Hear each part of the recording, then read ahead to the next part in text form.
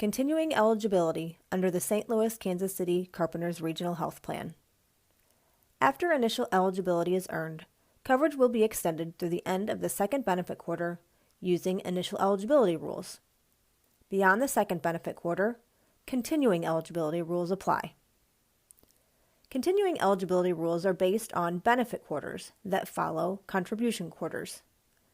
A contribution quarter means any of the 3-month periods beginning February, May, August, and November of each year. Benefit quarters begin in any of the 3-month periods beginning January, April, July, and October each year. Hours worked in a contribution quarter apply to your eligibility in a benefit quarter. Let's break this down to make continuing eligibility a little more clear. Hours in contribution quarters apply to eligibility or health coverage in benefit quarters.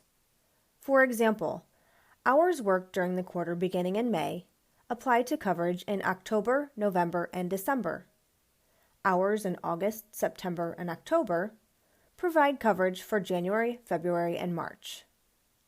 November, December, and January hours apply to April, May, and June coverage, and February, March, and April hours provide coverage for July, August, and September. Now that you understand how your work hours apply to your continuing eligibility, let's look at the eligibility tests we use to extend your coverage based on the hours you work. The plan has 3 separate tests to determine if you qualify for continuing eligibility, and they are applied in this order. Quarterly rule. A participant who receives a total of at least 330 credit hours in a contribution quarter will have eligibility extended through the benefit quarter that follows that contribution quarter. For example, after you have received initial eligibility, when you work a minimum of 330 hours in May, June, and July, you will earn coverage for October, November, and December.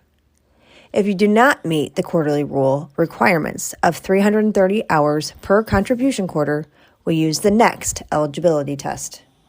The look-back rule. A participant who receives a total of at least 1,440 credit hours during the 4 previous contribution quarters will have eligibility extended through the benefit quarter that immediately follows that contribution quarter. For example, if you need coverage for October, November, and December, and do not meet the quarterly rule requirements, we will try to use the look-back rule to extend your coverage. You will need to have worked a minimum of 1,440 hours in the 4 contribution quarters prior to the October, November, December benefit quarter, so we would look at hours worked beginning in August of the prior year through July of the current year, which is the last month of the contribution quarter preceding the October, November, December benefit quarter for which you need coverage. Finally, the plan year rule. A participant who receives at least 1,560 credit hours, whose employer contributes the full unsubsidized journeyman rate for health and welfare benefits in a plan year, will have eligibility extended from July 1st through December 31st of the same year. That's 6 months of coverage.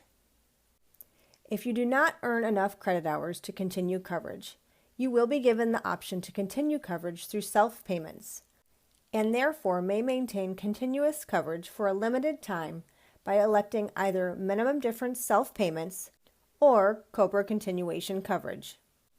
Regardless if you choose to elect one of these options, you may still regain active coverage by working enough hours to satisfy the plan's continuing eligibility rules.